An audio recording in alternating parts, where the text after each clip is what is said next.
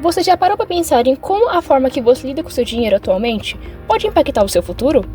Quando estamos falando de finanças pessoais, estamos falando de como você pode tomar controle da sua vida financeira, garantindo que seus sonhos não sejam apenas sonhos, mas metas alcançáveis. Primeiramente, vamos falar sobre educação financeira. Talvez você ache que isso é algo muito complicado ou um monstro de 7 cabeças, mas na verdade é que entender como o dinheiro funciona é essencial para todos, especialmente para os adolescentes. Saber como administrar seus recursos pode te dar liberdade, segurança e a confiança de que você pode alcançar seus objetivos.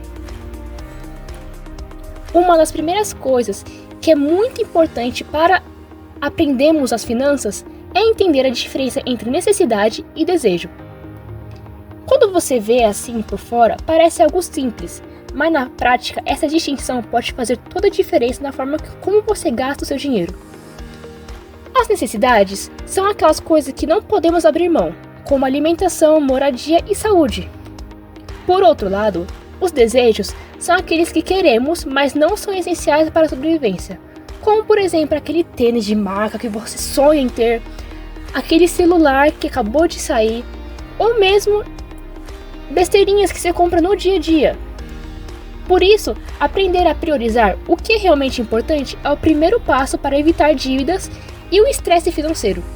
Mas aí você deve estar se perguntando, porque para falar, isso é realmente bem mais fácil do que colocar em prática. E aí que entra a pergunta, como fazemos isso na prática? E é aqui que entra a questão do orçamento pessoal.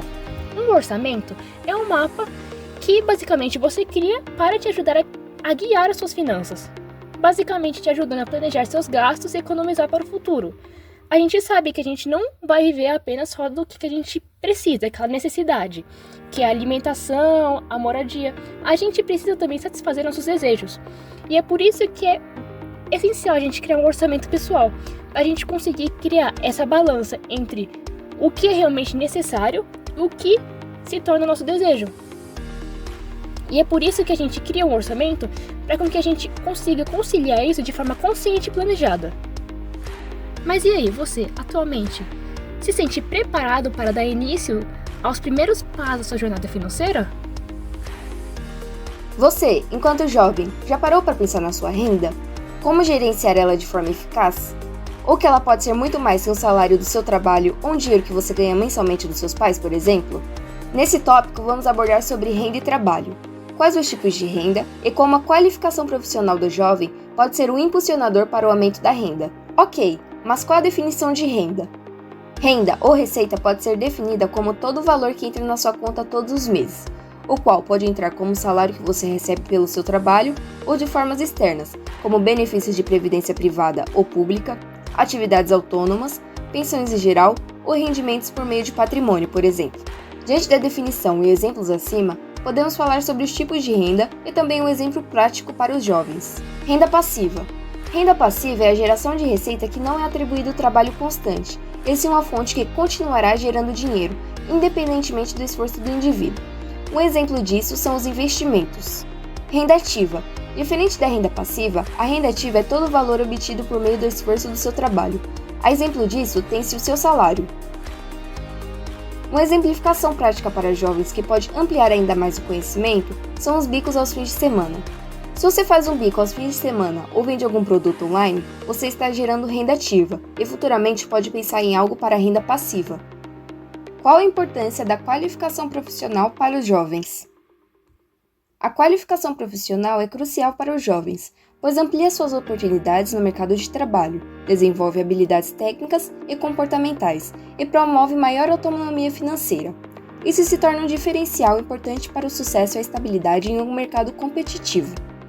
Exemplos úteis de qualificação profissional para os jovens que estão ingressando no mercado de trabalho são graduação, cursos, sejam eles online ou presencial, e habilidades práticas, como programação. Mesmo se você escolher empreender, a qualificação te dá as ferramentas necessárias para inovar e se destacar em um mercado que você é apenas mais um, entre tantos outros.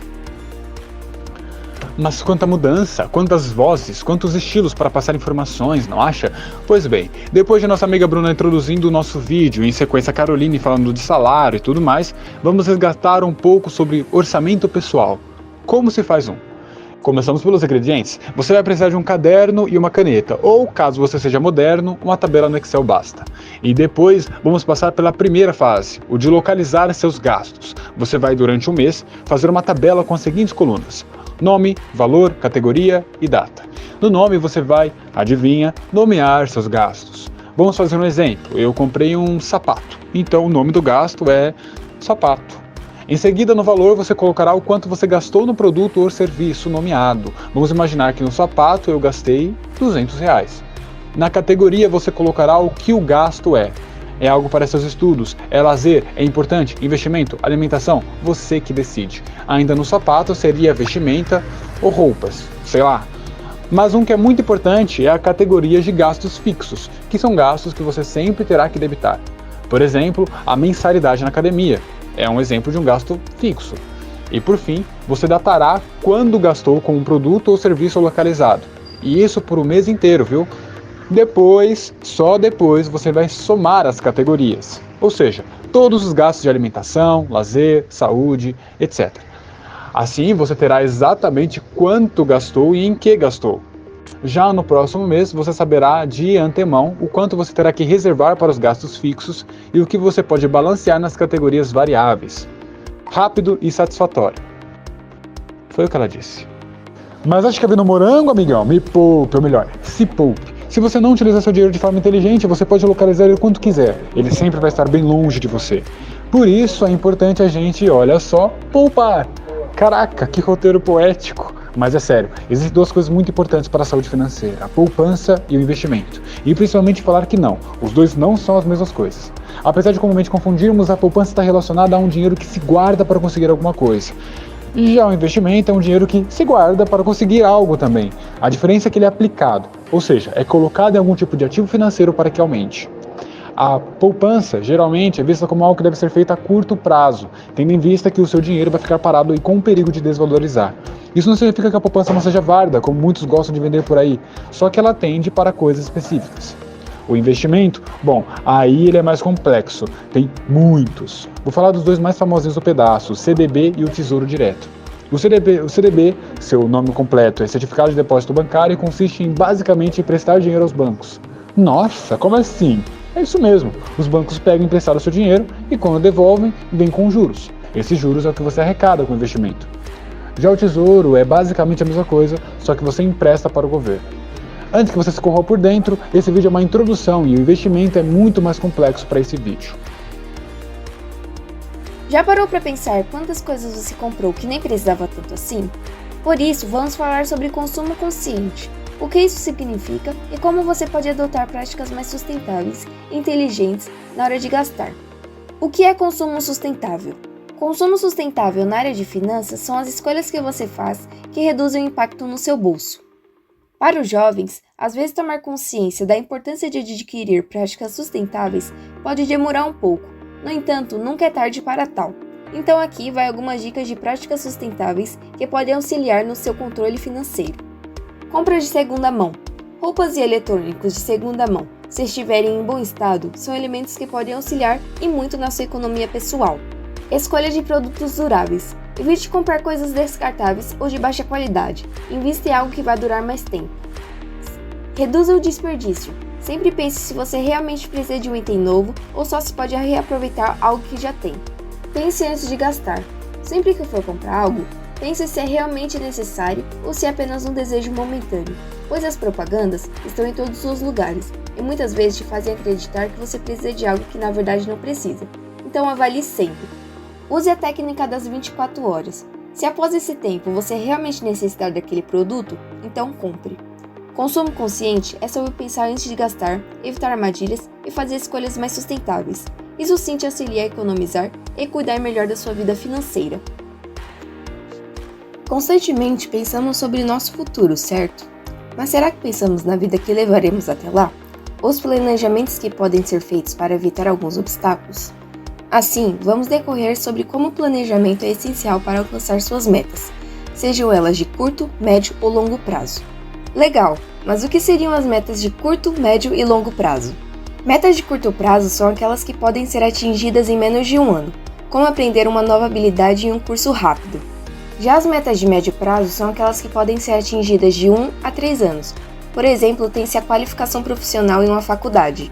E por último, tem as metas de longo prazo, que são aquelas que exigem pelo menos 5 anos de dedicação, como comprar uma casa própria ou comprar uma casa maior.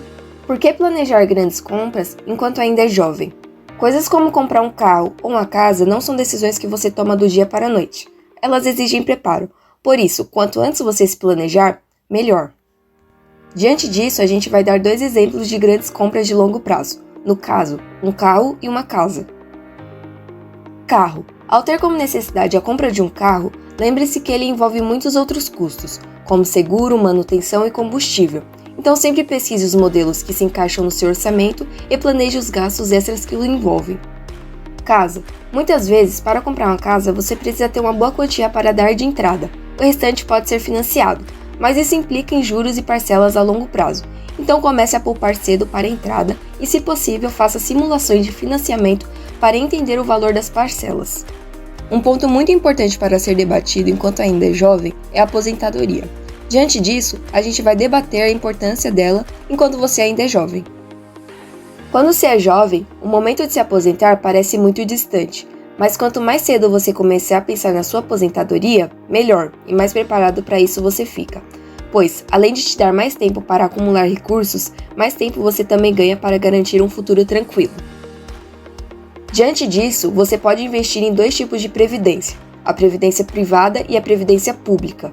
Como exemplo da previdência pública, tem-se o INSS. Já da previdência privada, tem as contribuições, sejam elas de forma mensal ou de uma vez só. O futuro pode parecer distante, mas ele chega mais rápido do que você imagina. Então, que tal começar a planejar hoje?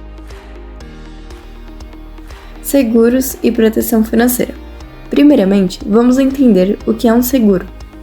Bom, ele basicamente vai impedir que você saia em um prejuízo total, ou seja, ele protege seus bens, como carros, casas e pertences pessoais.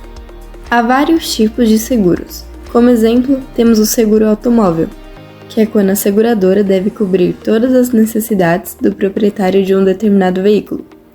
Isso inclui a proteção contra furto ou roubo, cobertura para manutenções, assistência por 24 horas, cobertura para incêndios e cobertura para terceiros.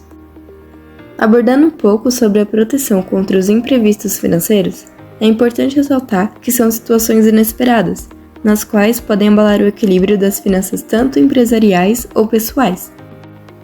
Quando ocorrer, é necessário lidar de forma eficiente e planejada, pois ajuda a diminuir o impacto negativo. E algumas dicas são: ter sempre um dinheiro reserva, investir para obter rendas extras e, por fim, evitar gastar de forma desnecessária.